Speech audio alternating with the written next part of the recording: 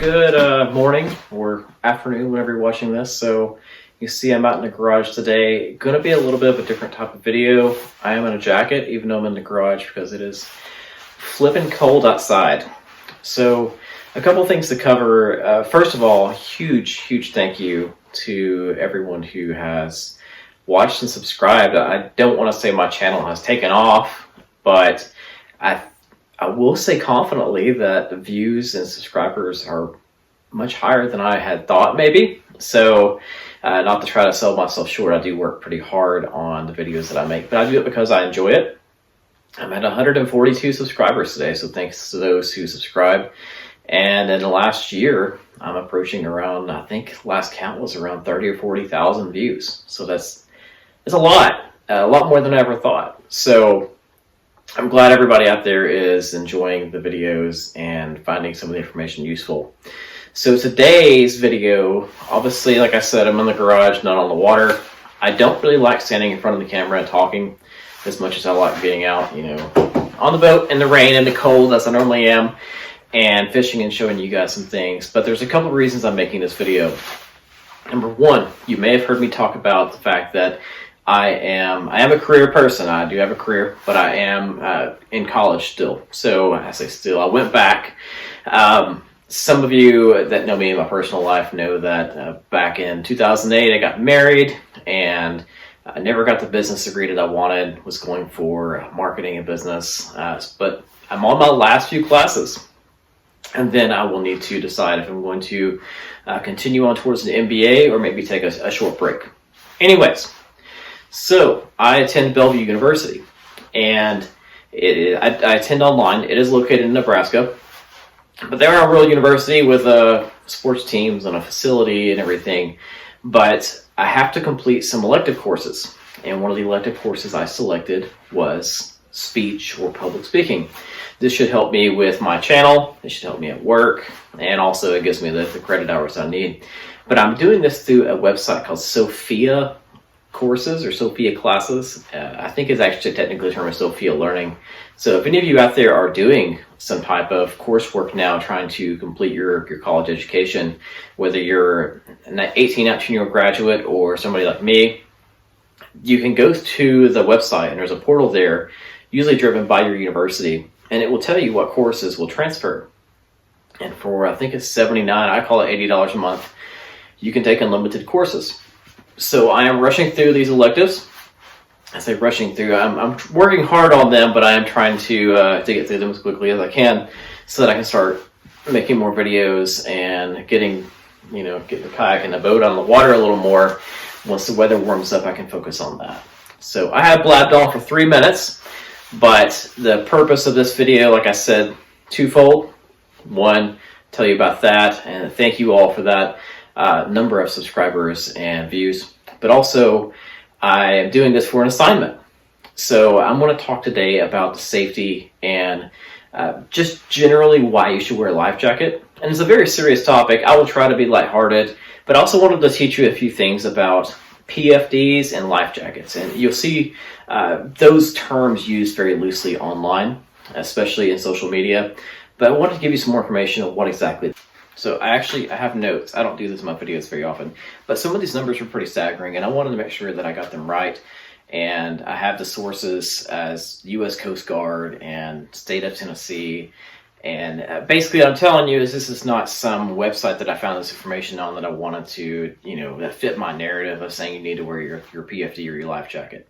So first thing is 2019, there were 613 boating deaths in the United States. 2020, that went up 25% to 767. It's well known to those of you who have tried to buy a boat or a kayak in the last, I'd say 2.5 years now, that is hard. The popularity was already rising in outdoor activities. There's a lot of research out there to say that, but boating essentially exploded. I was watching a video recently, and I don't have the source on this, so they may be wrong, but they said there was around 12 million new or first-time fishing license purchased in the year 2020, 2020 or 2021 than there was ever before. So 12 million new people bought fishing license. They didn't all buy boats, I know, but that was a pretty good indicator to say that there's more people out there on the water.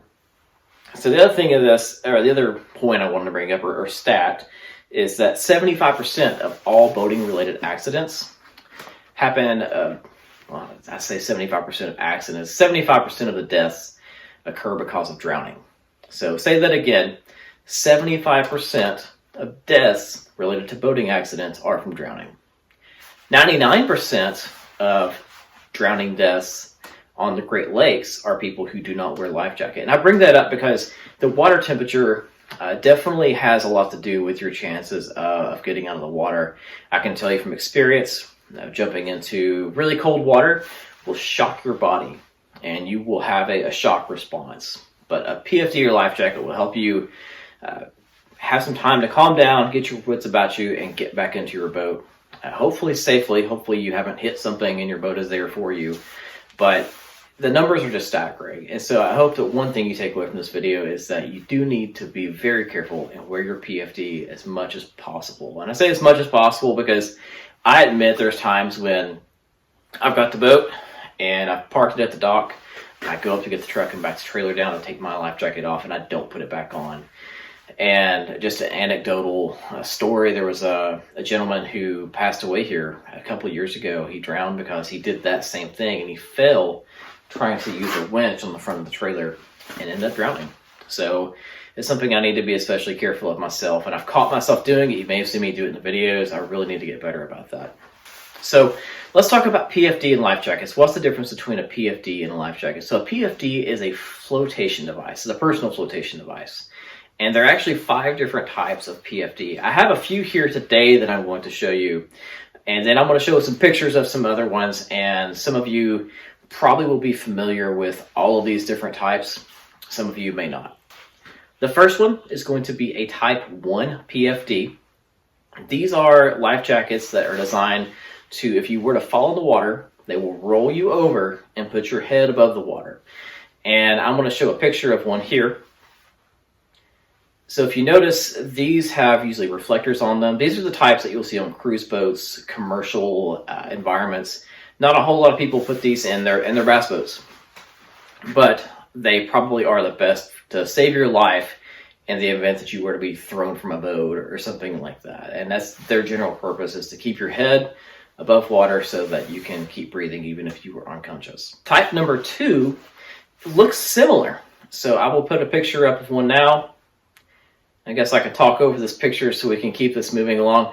But type 2 is designed to generally roll you over to where you're on your back and your head is above water. So something like that. These are the ones that you can buy typically Walmart, Bass Pro, Academy, wherever, a pack of 4 for $40 or whatever. They're the really cheap ones.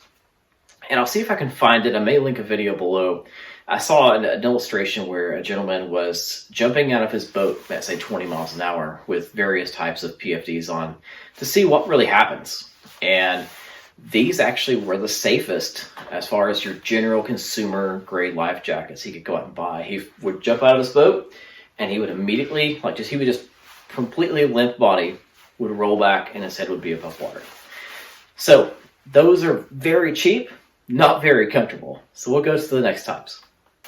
Type number 3. And when I say these types, let me show you what I mean by types. And this is a good time to look at this because this is my personal PFD. And I will post a picture. I'll add a picture of this to this video. But this is a type 3. And if you notice inside here, like I said, I'll give you a closer up. It has a U.S. Coast Guard approval number. This is actually U.S. Coast Guard approved and tested. You want to make sure. And actually, per Tennessee state laws, your PFD that you have on board your boat must be U.S. Coast Guard approved, or it does not count as a PFD. And I'll get to some other specifics there later with how you're supposed to handle your PFD. But this is the most common type. Now, this is a kayak specific one. It doesn't open. It opens from the side, basically. Nothing fancy, but it does meet the legal requirements for a PFD. It's Coast Guard approved.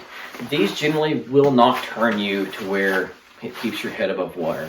This is your most common type. It may not look exactly like this, but type 3 is the most common type of PFD that's out there. So think of it this way, a PFD is a category of things. Life jacket, something like this is what people often call them, is a specific application of that category of things. So this is a life jacket. Next, you have type 4 is a throwable. So if somebody says wear your PFD, this is a throwable. This is not a wearable PFD. This is not a life jacket. I feel like I'm saying these things that you probably know already. This feels a little dumb to come down this simple, but obviously for the class, I want to make sure that I explain this very well. But also, you know, there may be some people out there who just got kayaks for Christmas or are looking at boats at boat shows and fishing shows right now. These are important things to know. You are required to have a throwable PFD on your boat in the state of Tennessee. And I think this is probably everywhere. It's key that this is in a place that you can easily get to it and throw it to someone in the water so they can use it to save your life. And so you don't want to have this down in a compartment. I actually sit on mine a lot just so it puts me up a little bit higher. But when I'm not sitting on it, it is up underneath the console. And that way I could easily get it and throw it to somebody if needed. Whew, it's cold out here. All right, so continuing on. This is a type 5 PFD or life jacket. So this is an inflatable life jacket. And I talked about this in one of my other videos. I love these inflatables. One of the reasons is I'm wearing a puffy jacket. I can still throw this on and without much adjustment, it fits fine. If you notice this hanging here, this is the handle that you would pull if you were to fall in. I'm not going to pull it. There's a CO2 cartridge in here that will and inflate this up. This would act very similar to a type 1-2 type PFD. All the flotation is going to be on the front of you and right here behind your head, and that should keep you up in the water and hopefully where you can still get air. So in conclusion, circling back, I know that I've made some jokes and had some fun in this video, but it is imperative that you wear your life jacket for safety. I don't want to see that number go up. Again, I'm going to look at my notes again and tell you the actual number. 767 people died in boating accidents. And without going into each individual case, I'm guessing that like you and I, when you go out on the boat, you're there to have fun. And unfortunately, those 767 people's day ended very badly. So again, thanks for watching. And I hope everybody has a great, safe 2022 boating season whenever yours starts. It's going to be a while on mine since it's 40 degrees and pouring rain. But thanks for watching.